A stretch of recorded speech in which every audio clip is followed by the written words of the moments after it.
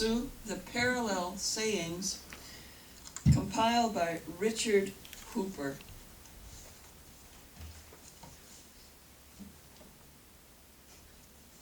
The words of Buddha.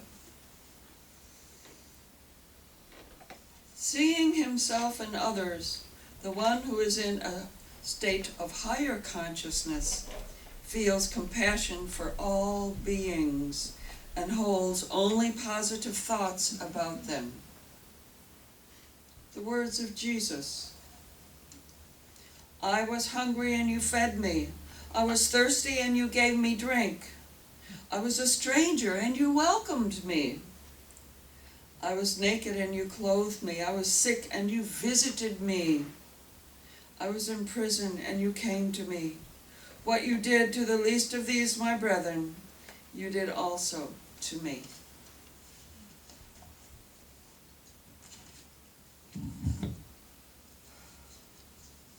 And now,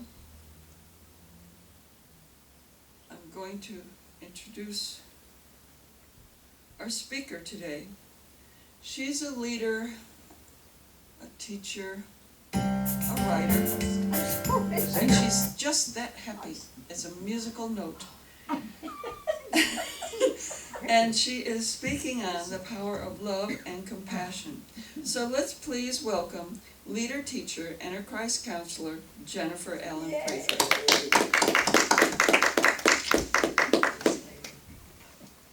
Thank you. So nice. A musical note. Nice to be compared to a musical note. That was a nice segue.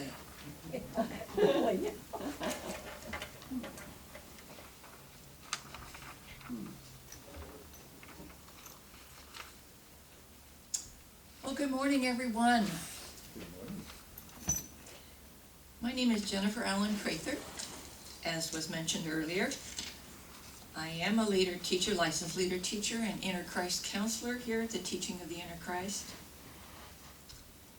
And I have the privilege of speaking about the power of love and compassion. I am speaking for Reverend Mary Ann Kelly, who was called away, and it was a great honor for me to be able to fill in for her. The power of love and compassion. I brought along this little lantern, and on it it has a bee, and I think of bees as our friends because they help us to grow food. And on it it says kind, sweet, and humble. And that is a reminder to me when I'm in chaos, when I have some judgments that are less than kind about a situation or a person.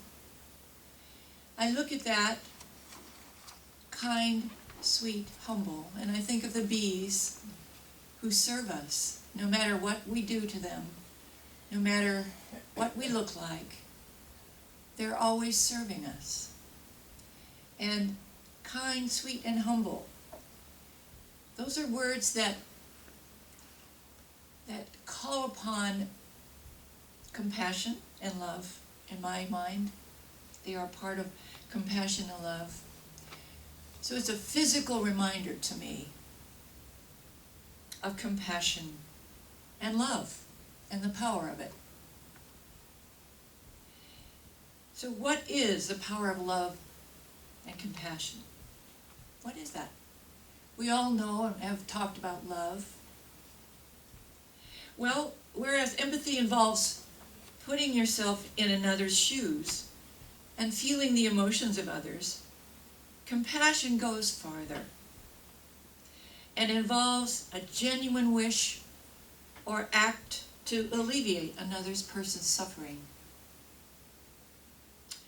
Compassionate love involves a combination of kindness, consideration, empathy, care, devotion, and admiration. And I would add to that loyalty. A true friend. I believe that love can't exist unless compassion is present. Compassion is a form of love. When I think of compassionate love, I think of Mother Teresa. Mary Teresa Bojaquiu, if I didn't pronounce that correctly, please forgive me. Better known as Mother Teresa, was an Albanian Indian Catholic nun. At the age of 18, she moved to Ireland. And then to India, where she lived to the end of her life.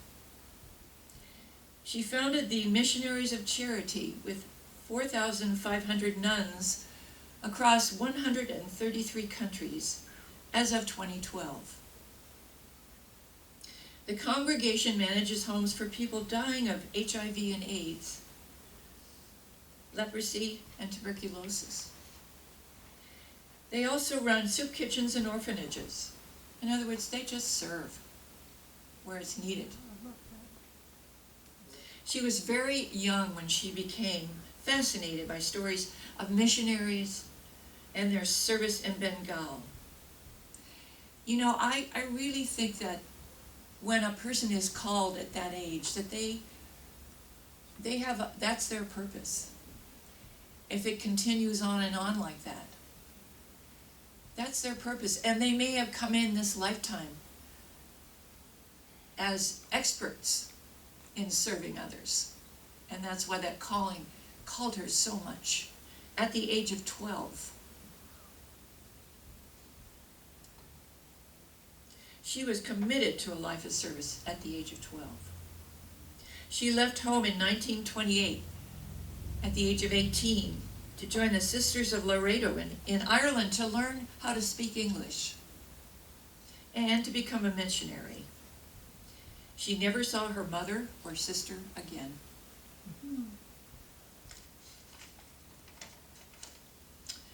I have had several people in my life who have shown me such love and empathy. Besides my wonderful, loving family, I can say that my friends are as close to me as family. One of them being my friend, Kayla, who was always showing her love and compassion to me in so many ways. For example, when she and her daughter Debbie offered to help with an intervention of a relative. When she offered her home to me when I most needed it. I can never repay her for her kindness and compassion. I will never forget what she's done for me over the years. She is the epitome of a true friend, and she will always be family to me. I also remember a nurse a very long time ago when I was going through a procedure in the hospital. She stayed with me and held my hand, even though part of the time I was not aware of her being there. When I woke up, she was there holding my hand. That is a true feat of love and compassion for a stranger. And nurses all over during this seeming epidemic have shown countless ways and times of their service and their compassion and their love for humanity by serving. Have you ever experienced an act of compassion that changed your idea of people? What did they do or say to make such an impression on you? I know you can think of a time. There was someone special, a teacher, a friend, a relative, someone who made a difference in your life by the compassion and the love they did show you. Have you done any acts of compassion for another? How did it feel? I urge you to think about this later and write down your experiences of receiving compassion and giving compassion as part of your love. And to look at it as often as you can. And especially if you're having a seeming trouble with someone in your life, to go back and look at those times of compassion from yourself or another, and it will soften the so-called inharmony of the event with that person. I can guarantee it. We have a book here from our basic course of inner sensitivity. It's called Being a Christ. And in it, and it's by Ann P. Meyer and Peter V. Meyer, co-authors and co-founders of the teaching of the inner Christ. On page 8 from Being a Christ, it says, "The feeling nature is the deep sensing mind which receives revelation from spirit, still deeper within the self. The feeling nature senses no emotion except love. Love is the only true emotion, and compassion is part of that." That's not what it says. That's my addition. And I was led to look at some of what the Dalai Lama has said. The Dalai Lama said, among many of these quotes I'm going to say, "Only the development of compassion and understanding for others can bring us the tranquility and happiness we all seek. Compassion is the radicalism of our time." I like that one. "Compassion naturally creates a positive atmosphere, and as a result, you feel peaceful and content. Love and compassion are the true religions to me." I like that one. "Love and compassion are necessities, not luxuries. Without them, humanity cannot survive." Would you agree?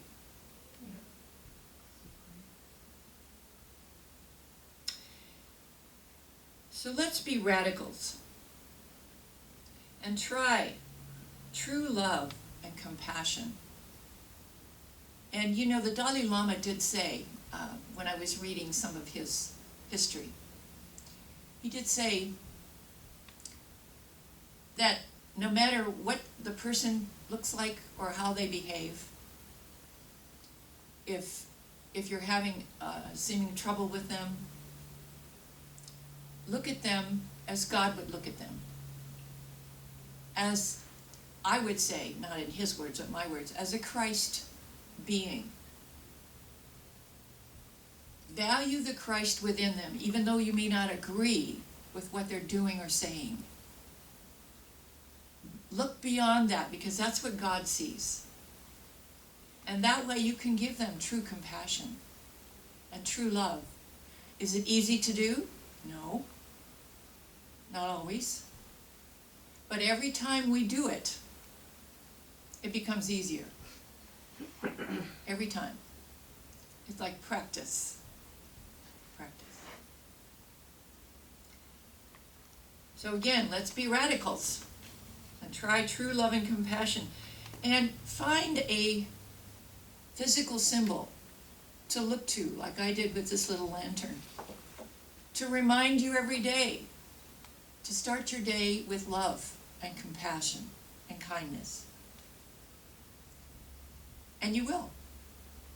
It'll pave the way for the day. Well, thank you for your love, compassion, and kindness. Thank you very much.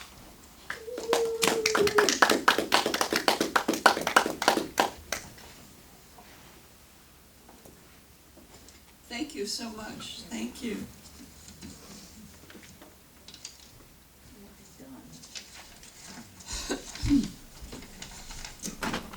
That was a beautiful talk. And I'm sure you found value in the talk and in the service. So if you have found value in today's service and compassion and love. We invite you to assist in supporting the teaching of the inner Christ as you are led, by your inner love and inner compassion and inner joy. And visit our website, www.teachingoftheinnerchrist.org, with your donation. We accept wonderful donations joyfully, and we trust completely what Jesus promised us in Luke 6:38, and I quote, "Give, and it will be given to you, good measure, pressed down, shaken together, running over, will be put in your lap." Right? "For with the measure that you use, it will be measured back to you." So, thank you. All right, let's have our offering of tithes and gifts.